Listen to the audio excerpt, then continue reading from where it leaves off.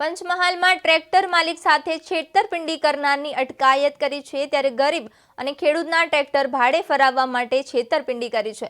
પોલીસે તે ટ્રેક્ટર સાથે કુલ 48 લાખનો મુદ્દામાલ કબજે કર્યો છે, ત્યારે બીજા 40થી વધુ ટ્રેક્ટરની છેતરપિંડી કર્યા હોવાનું પણ સામે આવ્યું છે. અન્ય 5 આરોપી પોલીસની તપાસમાં બહાર આવ્યા છે.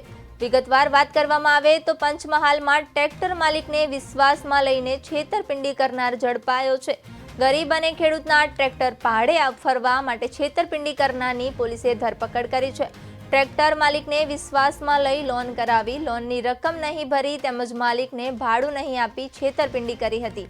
પોલીસે આરોપી પાસેથી તે ટ્રેક્ટર સહિત કુલ 48 લાખનો મુદ્દામાલ કબજે કર્યો હતો. ગરીબ અને ખેડૂતના અંદાજે હજુ 40થી 45 જેટલા ટ્રેક્ટરની છેતરપિંડી કર્યા હોવાની પણ સામે આવ્યું હતું. બીજા 5 આરોપી પોલીસની તપાસમાં બહાર આવ્યા, ત્યારે હાલોલ પોલીસે અલગ અલગ ટીમો બનાવી વધુ તપાસ હાથ ધરી છે.